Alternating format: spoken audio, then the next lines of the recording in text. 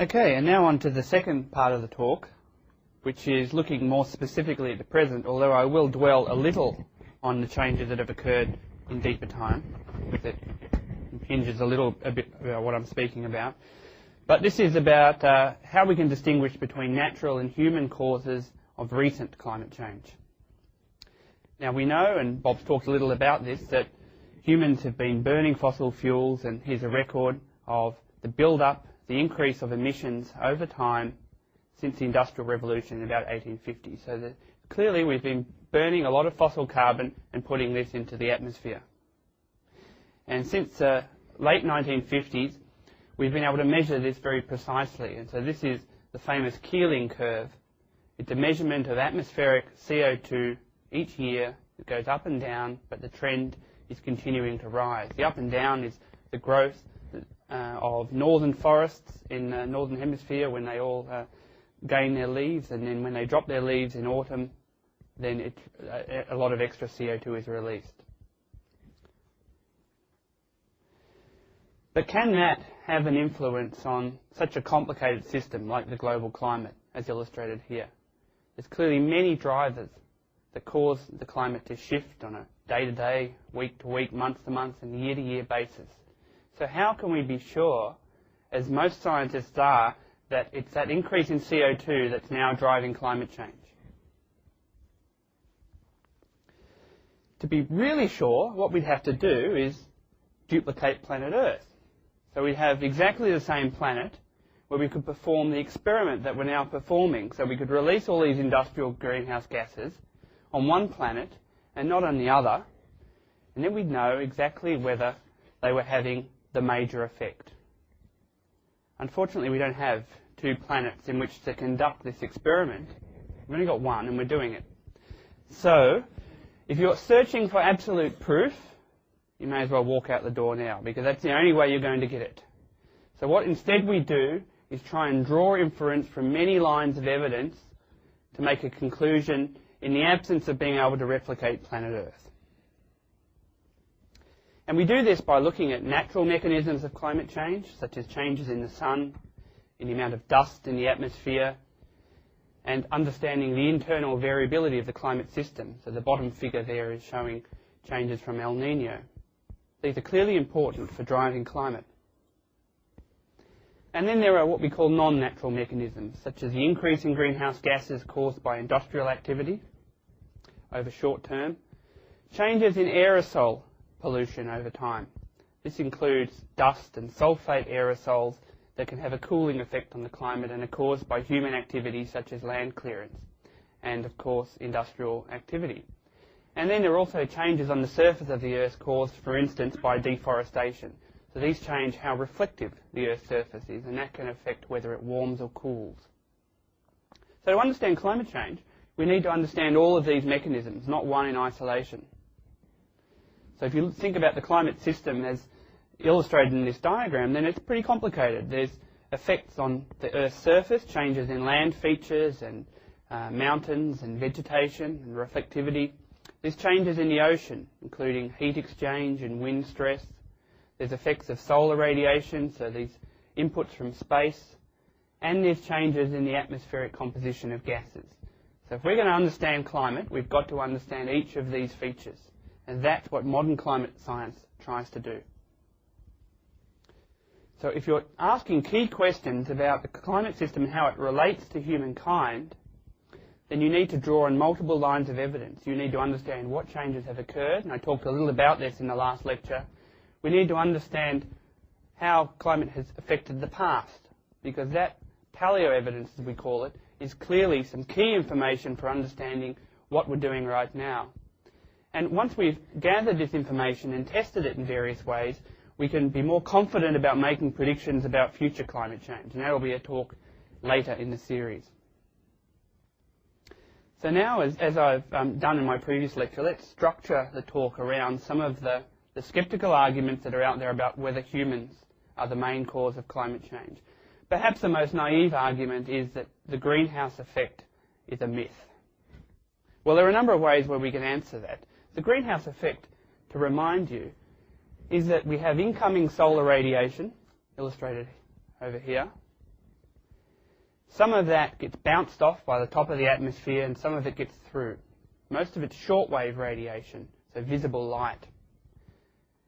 Of that gets through to the Earth's surface, some of it's absorbed and some of it's bounced back off into space. The energy that's absorbed is re-radiated by the Earth's surface, and when it's re-radiated it becomes long-wave radiation, infrared radiation, also known as heat. That goes back up into the atmosphere and some of that escapes into space. Some of it is intercepted by greenhouse gases and re-radiated in all directions. So the greenhouse gases radiate some back out into space and some sideways and some back down to the surface. So that which gets back down to the surface is reabsorbed and re-radiated and so on. This effect is known as the greenhouse effect because it's similar to the effect of a greenhouse, except that the greenhouse works by trapping hot air rather than through this absorption and re-radiation of heat. Somewhere like the Moon doesn't have a greenhouse effect because it's got no atmosphere. So the Moon's surface is an average of about minus 18 degrees Celsius. But even that is a bit misleading because the Moon actually gets very cold at night and very hot during the day because there's no atmosphere. So during the day it gets over 100 degrees Celsius. And at night it's under minus 100 degrees Celsius. So a huge fluctuation because there's no atmosphere and there's no greenhouse effect.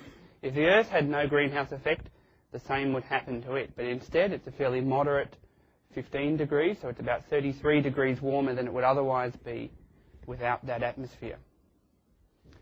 And in fact, the science behind the greenhouse effect is very well understood and has a long history. So we have a number of prominent figures in science illustrated here, starting with Joseph Fourier, who calculated the original effect of trapping radiation, and then John Tyndall, who did some experiments to show that this was the case. And then we have scientists such as Stefan and Boltzmann, who calculated the basic physics of this and the relationship between the amount of energy going into a system and how that would re-equilibrate by a change in temperature. Then we had a Swedish scientist in 1896 called Svante Arrhenius, who later won a Nobel Prize for chemistry. He did some calculations to show that because of the absorption effect of greenhouse gases, he predicted a doubling of them would cause a temperature rise of 5 or 6 degrees. That was back in the 19th century. And then further work in the early 20th century by Guy Callender reinforced this view.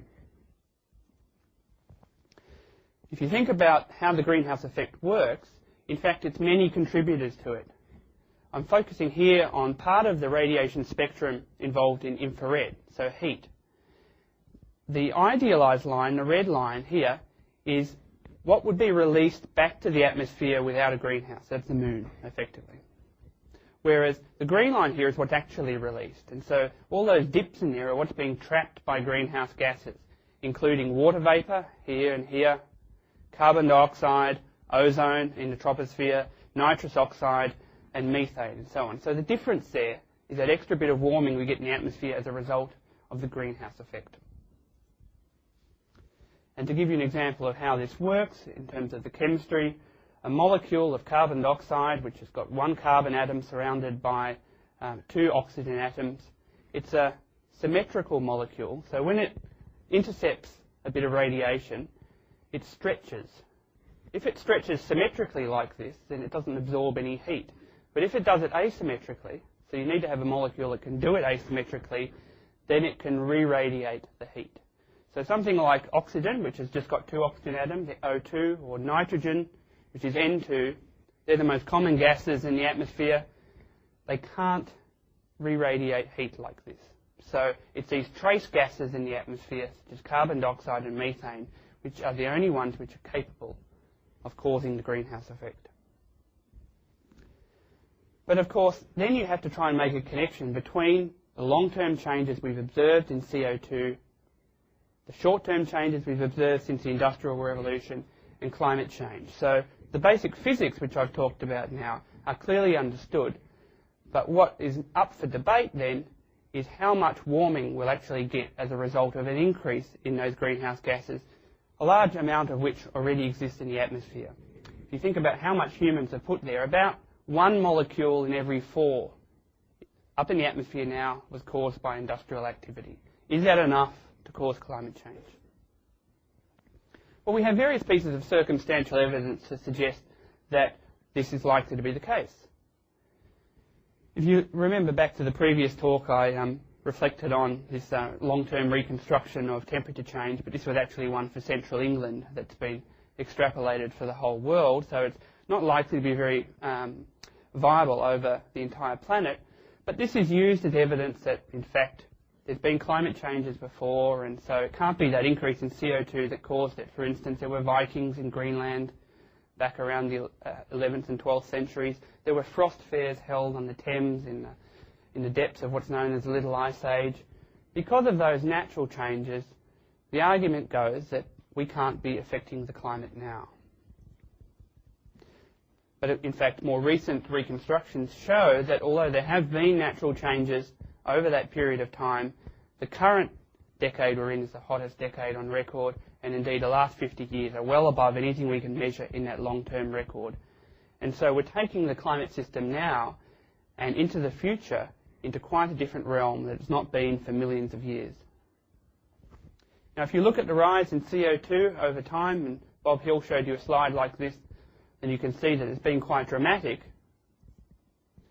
But if you take a very short segment of time, such as here since 1998, then you find there's not a very strong relationship between changes in temperature and CO2. So does that mean that CO2 can't be causing temperature change? It's fairly flat there, and CO2 continues to rise.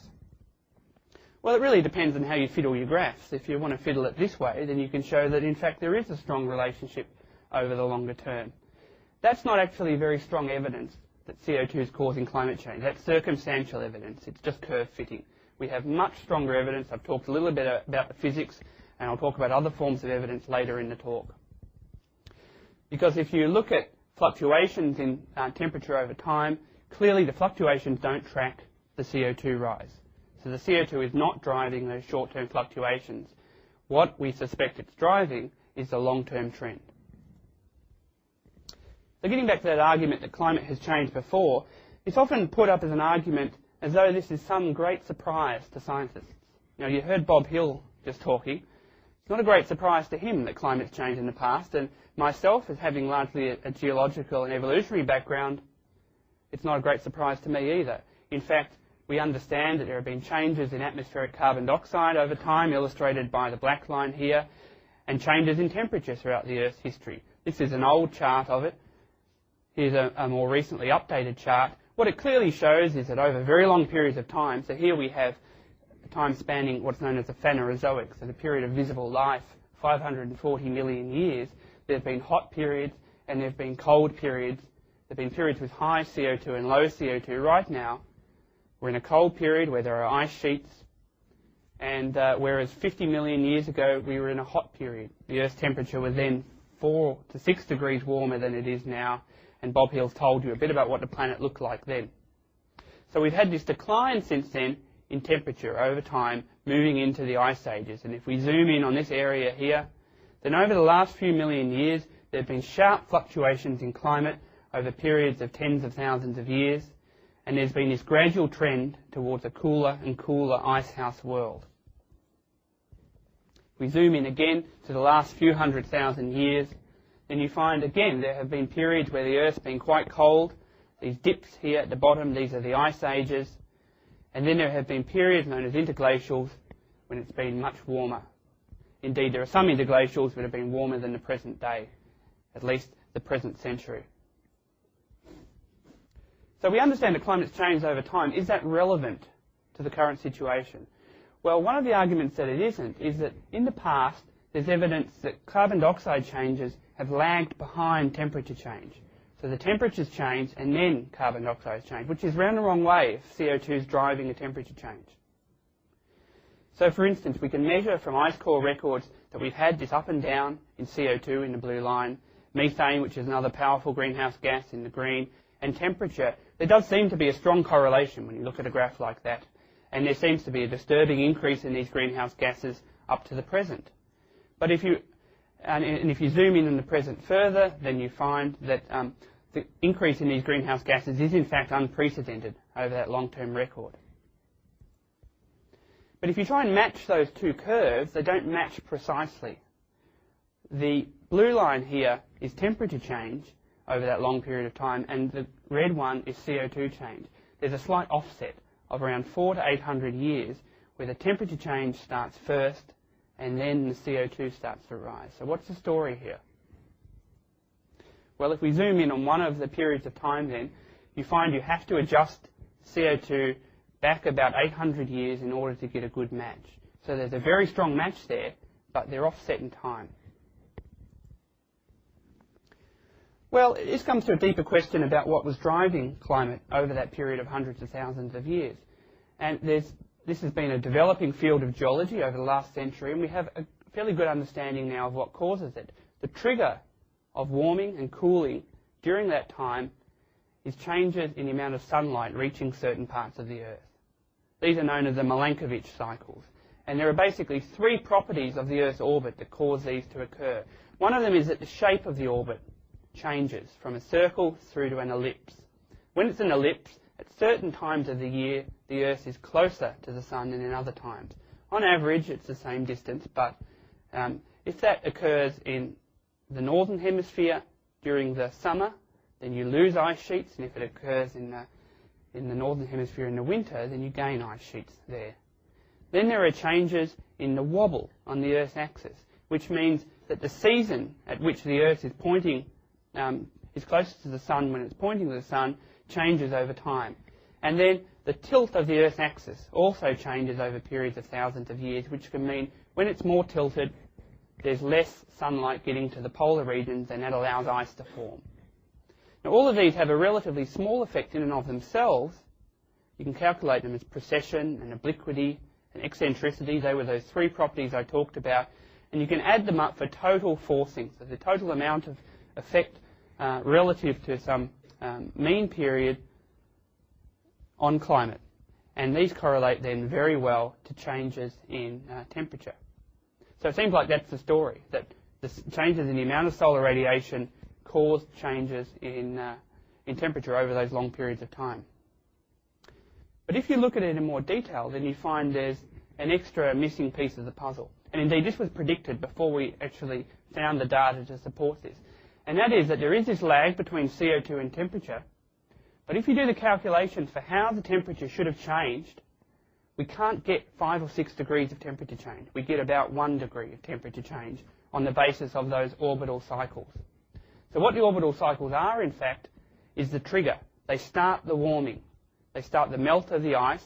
And then what happens is, as you start to lose snow and ice in the northern hemisphere, and you start to gain vegetation, the oceans start to warm, they start to release greenhouse gases.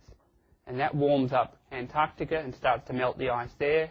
And so you start to have this runaway effect, which is a combination of a trigger from solar forcing and then an extra warming from changes in the reflectivity of the Earth's surface, that's known as albedo, and an increase in greenhouse gases caused by mostly from a release from the oceans. So somewhere between a third and 3/4 of the warming that we see from an ice age through to the interglacial is actually caused by that feedback effect.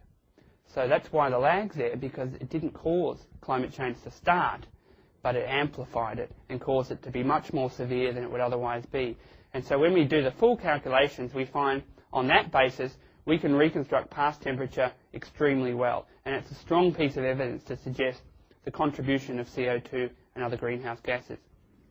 In fact, if you look over those records, you find, if you calculate it here in watts per metre squared, you need about 8 watts per metre squared to cause a loss of those ice sheets and to move it into an interglacial. That's the contribution from ice and exposed land from sea levels dropping. That's the effect of greenhouse gases. That's the effect of extra dust in the atmosphere when you have an ice age, and that's changes in vegetation. So there are multiple drivers of climate change that we understand, a fraction of which, over here, is as a result of changes in greenhouse gases. Now, if you want an example from the deep past where it was greenhouse gases that were the trigger effect rather than changes in solar radiation, then you can look back 55 million years ago to a time known as the Paleocene-Eocene thermal maximum. This for reasons that are not fully understood, but it's suspected to do with volcanic activity and perhaps combustion of a large source of fossil carbon, such as a large coal bed. A huge amount of carbon was released into the atmosphere, about the equivalent of what we might get up to by the end of this century.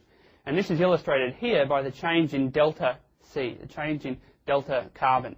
This is a pulse of extra carbon into the atmosphere. That's the response of temperature, and that's changes in the acidity of the ocean.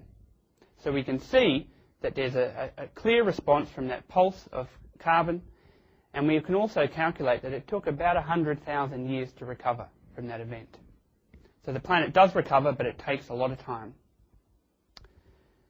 So another argument is that natural sources dwarf human emissions. So sure, humans are increasing the amount of emissions they produce, but it's overwhelmed by natural sources. And so if we look at measurements of CO2 over time, this was a graph put up by a skeptic a few years ago, they showed that back from the mid-19th century through to the mid-20th century, CO2 was all over the place, and then suddenly, miraculously, when we started to have accurate instruments, it started to increase like that. In other words, local CO2 as measured chemically in the atmosphere can vary quite a lot, but what is of interest is the well-mixed CO2, which you can be measured at pristine sites such as Mauna Loa. And these can be correlated quite clearly to increases in carbon dioxide. We can attribute those to fossil fuel burning and changes in land use, so some of them are summarised over here. An exponential increase in the total amount of carbon emissions due to human activity. But we know that there are other sources of carbon emissions. Indeed, most of the carbon that goes up into the atmosphere each year is natural. But that hides the main story, and that is that the natural carbon cycle is in balance. So although most of it that goes up into the atmosphere is natural sinks of carbon draw it back down again, such as the ocean and vegetation. So for a long period of time, there's been a balance between sources and sinks. What we're doing now is mining fossil carbon that hasn't been in the atmosphere for millions of years and just adding that to the amount of atmospheric carbon. So it's a bit like having a bath, and you pull out the plug and the water starts to drain out. If you turn on a tap, then the bath will stay at a steady level. And if you increase the rate of that tap a little, then the bath level will start to rise. It's not that you're changing water going in and out of a bath, it's that you're adding an extra bit of water, so you change the total amount of water in the bath, or the equivalent here, the total amount of CO2 in the atmosphere. But to look at it another way, if this is the rise in CO2 over time, that's measurement since the early 1990s of the decline in oxygen in the atmosphere over time. That's strong evidence that, in fact, that carbon is being combusted, so it's being converted from carbon into carbon dioxide. So we can know that that increase in carbon dioxide is a result of burning, not as a result of volcanoes, for instance. Now, incidentally, that amount of decline in oxygen is trivial. We're not going to run out of oxygen. But it does give you an indication that we can measure the two things together. And another thing we can measure, so here are emissions again. Here is the changes in the frequency of one isotope of carbon, carbon-13, compared to carbon-14. What does that tell you? Carbon-13 is mostly found in fossil fuels, where carbon-14 is generated by living processes. So as you put relatively more carbon as a result of fossil fuels into the atmosphere, the ratios change. Okay, so I think we've established that humans are contributing to the amount of CO2 in the atmosphere, but then the argument goes it warmed before 1940 when CO2 was relatively low. Most of the industrial activity that's occurred, although it started back in 1750 or so, most of it's occurred since 1950. So if we had warming before then, what's the story? Well, there are a couple of stories, in fact. This is temperature change since 1880 through to the present day. And you can see what they're talking about here, this relative amelioration of temperature from 1940 to 1970, whereas CO2 has basically steadily gone up. So what's happening here? Well, we understand that fairly well, in fact. Part of that is caused by an increase in industry, an increase in sulfur emissions. So down the bottom here is plotted sulfur emissions over time. And you can see the peak comes at that time when there's a trough in global temperatures. Sulfur is an aerosol that has a cooling effect on the planet. It bounces radiation off the upper atmosphere before it gets down to the Earth's surface. So that's one reason why we had that cooling event, even though carbon dioxide effects, which take a lot longer to realise, continued to increase. Indeed, even today, we can measure the effect of aerosols on the atmosphere, and this is a very complex topic and the least understood part of climate science. There's no doubt about it. There's aerosols that can cause warming and cooling, and there needs to be a lot more research to understand the relative balance on those. But we can measure the optical thickness of the atmosphere, for instance, and find there's a lot of aerosols coming off the Sahara here. There's also a lot of pollutants coming off China here, for instance, and India, where we're ramping up industrial pollutants. And indeed, that argument going back to the 1970s that I talked about earlier, is the Earth going into an ice age or is it heating, was mostly to do with this question of aerosols. The question was, will the build-up of greenhouse gases overwhelm the build-up of aerosols, or will it be the opposite? If it was the opposite, then we may have a net cooling effect on the climate. If it was the former, then we have a net warming effect. So this is the paper from around that time, and we had the observations down here, and these were some of the projections they'd made for climate change over time. So an article like this that appeared in the magazine, really the question was, is it going to get warmer or cooler? This was a question back in the 1970s. Well, that really depended on the fate of sulfate aerosols. What was the doubling time? Well, in fact, aerosols have been relatively steady since that time, which has allowed the warming effect of greenhouse gases to dominate. But it doesn't mean they don't continue to have a strong effect. So the cooling aerosols here, this is a photograph over China, and this is in a city, this is in Beijing. You can see that the local effects are dramatic, not only on public health, but also on changes in the total energy balance. And if you were to remove those, here's an experiment, you could see how the temperature is predicted to jump quickly. So another question that's often proposed is that, well, most of this climate change is due to volcanoes, or alternatively due to a lack of volcanoes. Volcanoes, no doubt, change the climate, and in the deep past, large amounts of volcanic activity over millions of years almost certainly were responsible for large changes in CO2 over time. Volcanoes can have a dramatic effect on the atmosphere. They can throw up sulfates into the stratosphere and have a cooling effect, and they also release CO2, which has a warming effect. But if you look at the amount of CO2 per year that humans are releasing and the average amount that volcanoes are releasing, really there's no competition. The only time volcanoes compete is when there's a supervolcano, a super eruption that throws huge amounts of pollutants into the atmosphere. They're a very rare event, and the biggest supervolcanoes might only occur once every million years or so. But for smaller volcanoes, which still have a dramatic short-term effect, we can measure that effect. So here is measurements from the Mauna Loa Observatory. This shows the amount of solar radiation transmitted through the atmosphere over time. So this is 1958 through to 2008. There's a big dip there, and there's a big dip there. That was El Chichon. That was Mount Pinatubo. They have a short-term effect on letting less solar radiation down to the Earth's surface, and so a cooling effect. And on the stratosphere, they have a warming effect. So this is a time series of the stratosphere over time, which is cooling, and this is the lower atmosphere, which is warming. But the volcanic events cause a cooling in the lower atmosphere and a warming in the stratosphere. So we know volcanoes are important, but we know they're not changing climate overall because their long-term contribution over the 20th century has been minor. Okay, here's the big one. It's the sun.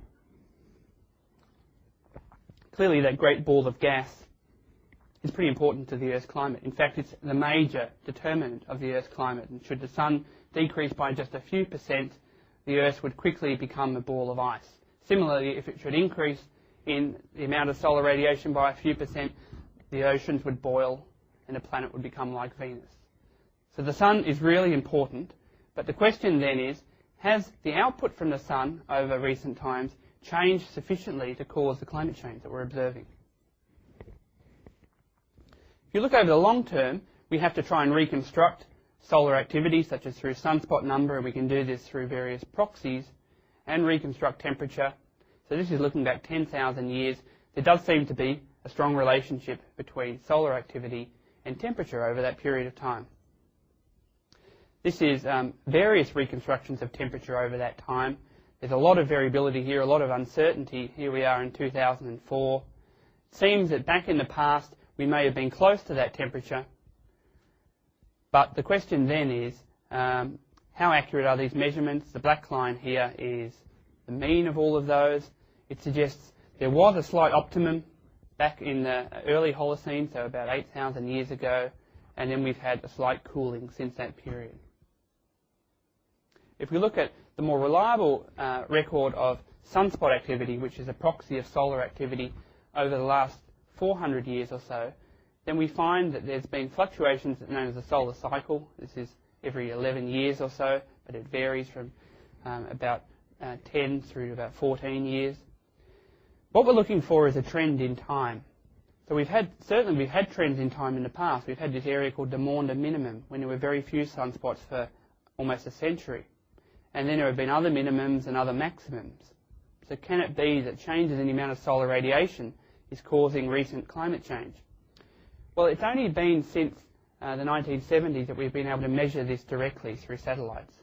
And this shows changes in solar activity since that time with the various satellite records stitched together. And you can see the sunspot cycle over time, but there's clearly no trend. So the trend we've observed over the last 30 years, which has been the most intense warming, hasn't correlated well with changes in total solar radiation. Also, our understanding of total solar radiation has changed over time. The green line here is what was reconstructed back in the early 90s. There was a lot of fluctuations there. More recent measurements and calculations have refined this picture, and this is a paper published in 2008 which suggests very little change over that whole period from 1700. But irrespective of which of those reconstructions you'd like to put faith in, the period we're most interested in is around here, the period from 1950 to 2000, when most of the warming has been observed. It could be that the warming through to about 1940 was driven to a large part by solar activity, and I think you'd struggle to find a climate scientist who would argue with that proposition.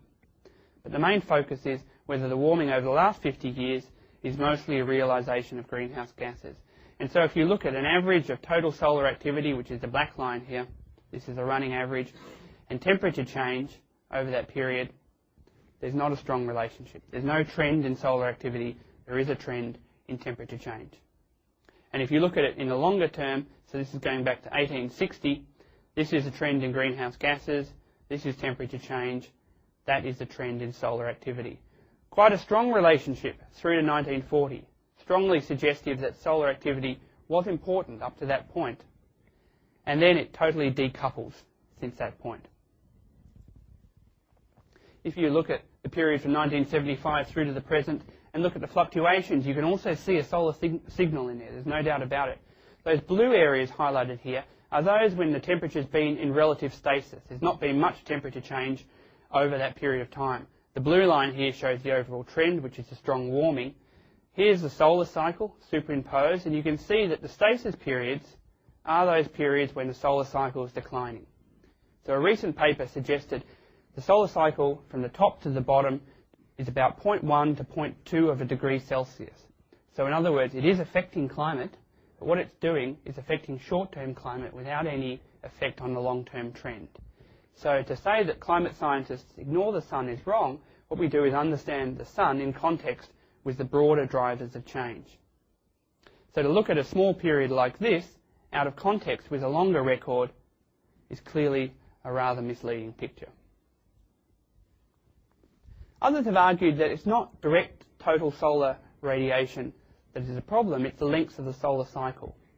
This is a slide out of the Great Global Warming Swindle, which suggested that there was a very strong relationship between the lengths of the solar cycle and temperature change. Interestingly, they cut it off in 1980, and most of the temperature change occurred after then, but we'll leave that for Lecture 6. But here's the relationship they showed there, but if you in fact try and fit that relationship to the long-term record, it pretty well falls apart. Over the period from 1600 to the present, you can see there's a fairly weak relationship between the length of the solar cycle and temperature change as we can reconstruct it, and almost no relationship over the 20th century. So it's this sort of evidence that has led scientists from the IPCC report here to conclude that there is a contribution of solar activity to warming over the period 1750 to 2005. That's about the contribution in total. They're the big uncertainties in aerosol effects. They're the effects of greenhouse gases. And when you add and subtract them all together, that's the total amount of warming.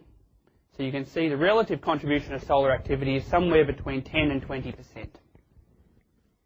So we're not excluding it. What we're doing is putting it in context.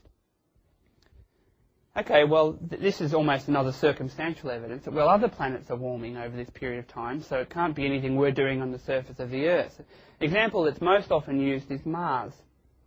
So here they're saying, well, Mars is warming up at the same time as Earth is, so it can't be CO2. Well, no, it's not. On Mars, it happens to be changes in the reflectivity of Mars. So albedo, Mars is a very dry and dusty place. And here's some photographs taken of Mars during a dust storm and when there isn't a dust storm. Can you notice the difference here? This is, the black here is exposed rock, and you can see that over time the amount of exposed rock and light sand changes. Indeed, this is a measurement of the reflectivity of Mars' surface in the 1970s when the Viking probe measured it, and here it is from the Mars Global Surveyor satellite in more recent times. The conclusion there from those two data points was that Mars has got darker, and therefore it's warmer. But in fact, if you look at the overall record, you find that Mars gets darker and lighter very frequently depending on dust storms. And so taking 2 points like that and attributing that to climate change is a rather misleading story. Because indeed, Mars, if it was going to warm, would be driven then by changes in the amount of solar radiation, but as I've shown you, that can't be a direct cause of the change we've observed in Earth's warming over that period of time.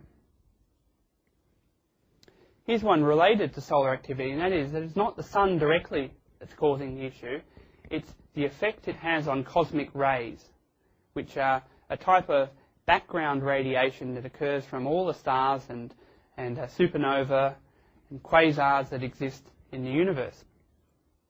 The idea here is that the Earth has a protective shield which protects it from cosmic rays and from much harmful radiation from the sun, but changes in the amount of solar activity affect the ability of the Earth's magnetic field to block cosmic rays. And then the further idea is that this then affects cloud formation. So cosmic rays allow the formation of extra clouds, or clouds at different heights, whereas when there's more solar activity and there's fewer cosmic rays, then because they're blasted away, then that changes cloud formation as well. So how does that argument stack up? Well, here we've got changes in the amount of solar radiation here. So this is just looking at from the period 84 through to 2000, and you can see going through a couple of solar cycles. And here's the changes in cosmic rays, so you can see they're almost the inverse of it. And the green here is the changes in measured cloud cover over that period of time. There seems to be a relatively strong relationship overall between cosmic rays, so that idea sort of seems to be holding up. But of course, it's got this problem that because cosmic rays are also influenced by the output of the sun, there's no trend in the sun, as indicated here, and there's actually no trend in cosmic rays either. They just happen to be the inverse of it. So you would require a trend in order for it to cause that trend in temperature. So if you superimpose the two, the red line here is changes in temperature over time. The yellow line is changes in the amount of cosmic rays. And so you can see, whilst it goes up and down, it's not strongly matched. And indeed, looking at the cloud record, you find that there should be a prediction of it affecting low clouds in particular, and that may affect the cooling or warming of the Earth. But the problem is that if you look at what's measured by the satellites here, which is a thick line, and what's measured by ground-based observations of clouds, they diverge. That's a worrying sort of divergence. And if you look at the details here, the most amount of change in cloud cover that you observe from the satellites is in the red areas. Can you spot any problem there? It's right at the point of overlap of the different satellites. In other words, there's strong evidence from that and a number of other sources that in fact it's an artifact of not having a complete coverage of the Earth's surface for these satellites that are measuring cloud cover, which will be improved over time as we get more satellites measuring this phenomenon. Another argument, which is a little more detailed, is that in fact it's the ocean that's causing this recent climate change. So this comes back to this idea that it's natural cycles, and right now the ocean is in a warming cycle. And indeed, there's no doubt that changes in the ocean affect global climate. So here we have an illustration of temperature anomalies for a La Nina event. So we have relatively cool temperatures here in the eastern Pacific. Here it's a bit warmer in the Atlantic and over much of Australia here. This is a La Nina event. Clearly that's having an effect on climate for that particular event. And if you look at temperature changes from January 2007 through to March 2008, and compare that to the Southern Oscillation Index, which is a measure of the strength of the El Nino cycle, there's again a strong relationship there. Clearly, it's having an effect on short-term temperature. And if you look at fluctuations in temperature over the period 1979 and 2007, we have volcanic events here, and we have strong El Ninos and La Ninas. They are determining climate fluctuations. There's no doubt about it. Are they causing this trend? Is there an intensification of El Ninos over time, for instance? Well, here's the time series over that same time period for ENSO, and you can see that there are strong fluctuations. That was the big warming pulse in 1998. That was the one in 1982. So that was a really hot year. There hasn't been a strong El Nino event since then. That's the La Nina of this year. No trend. But you can use that information to do something like this, which I talked about in the previous seminar, and that is to take out some of the climate fluctuations that we've observed. So the dotted lines here are what we observed, and the solid lines are what we can reconstruct on the basis of a couple of temperature records when we remove that ENSO effect. So you can see the warming through to the present is even more prominent, and the big spikes, such as those from El Ninos, are removed. These are the volcanic spikes that weren't attempted to be removed. But there are also cycles in the ocean. Here I've got illustrated one known as the Pacific Decadal Oscillation. So there seem to be periods where the Pacific at the surface is relatively warmer, or relatively cooler, or warmer again. So here, for instance, that corresponds quite well with that cooling period from the 40s to the 70s. This is it reconstructed on the basis of tree rings going back to 1650. You can see there's fluctuations and there's warm and cool periods. There's no trend there. There's no trend there. Indeed, if you look at the Pacific Decadal Oscillation Index over that period of time, there's temperature going up, there's the PDO.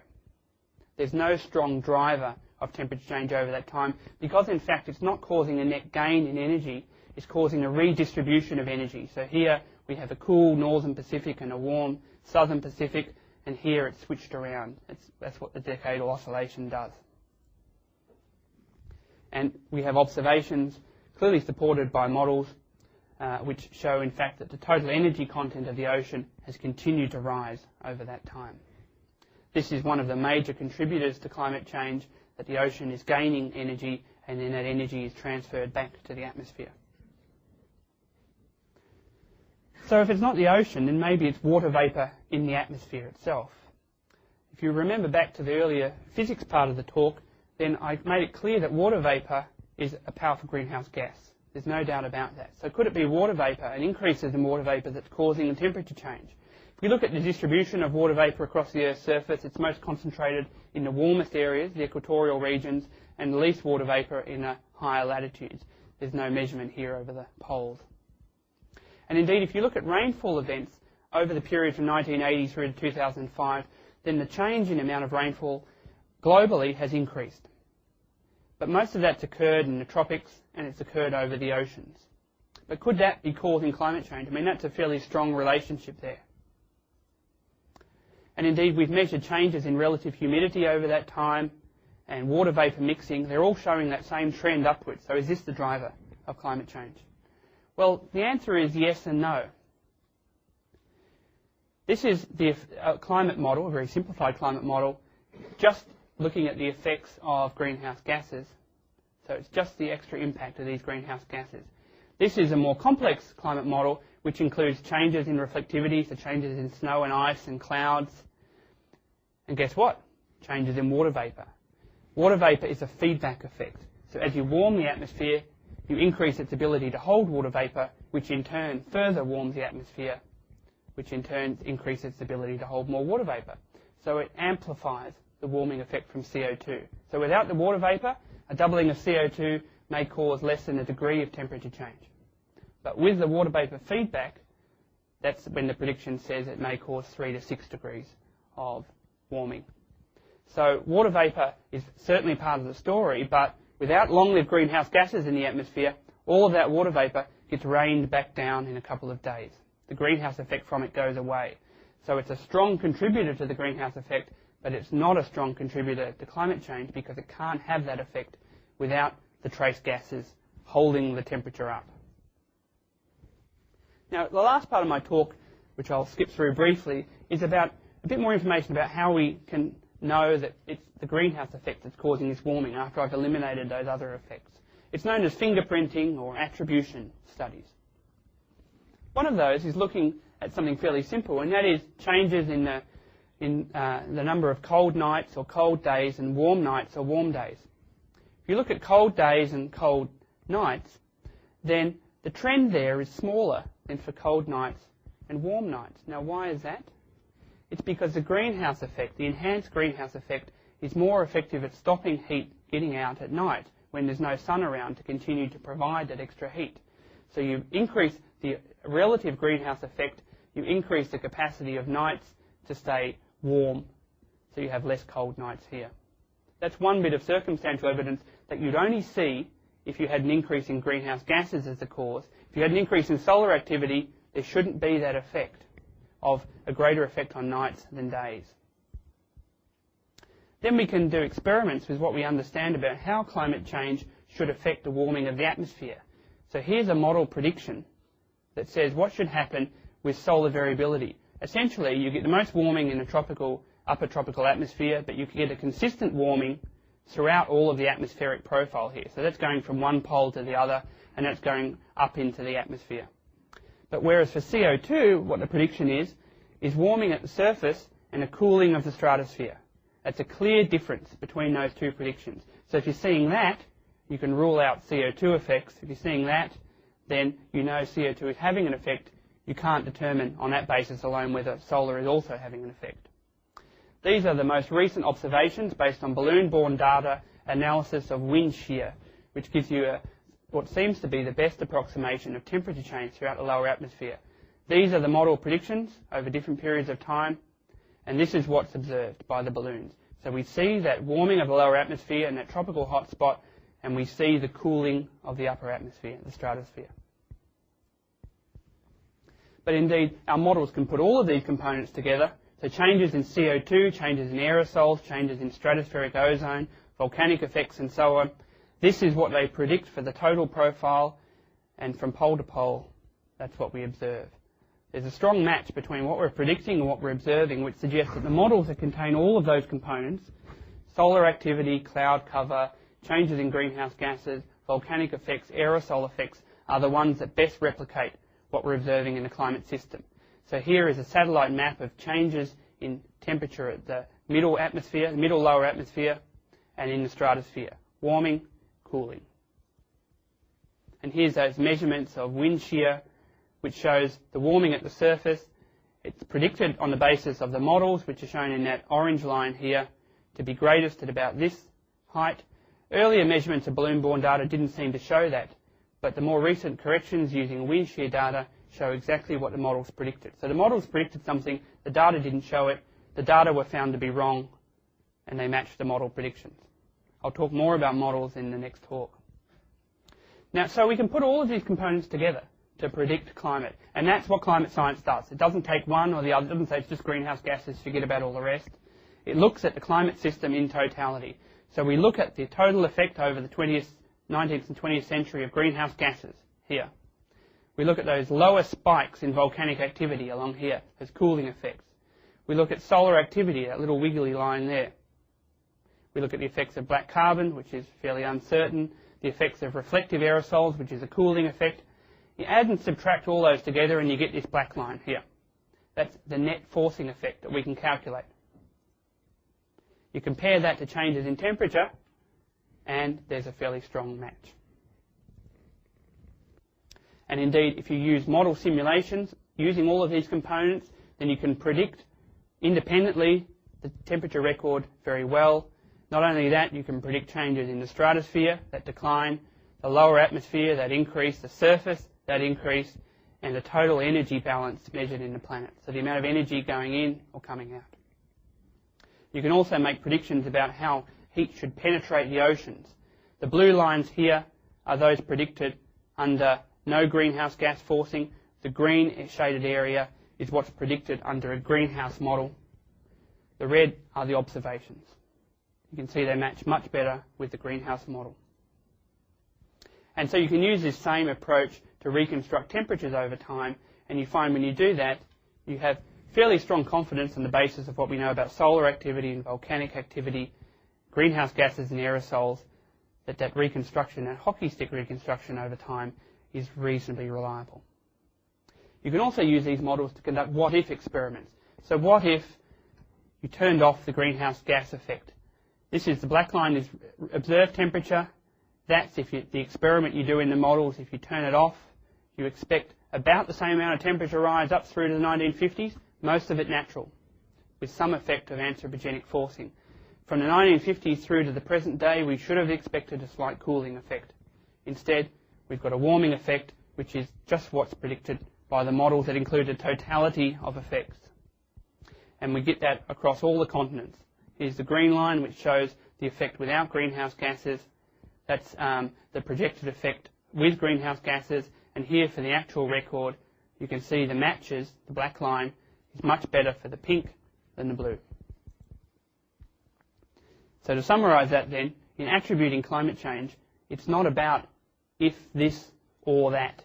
It's about the relative contribution of greenhouse gases, solar forcing, increases in tropospheric ozone, volcanic activity, reflective sulfates. You put all of those together and you get a model that predicts the brown line.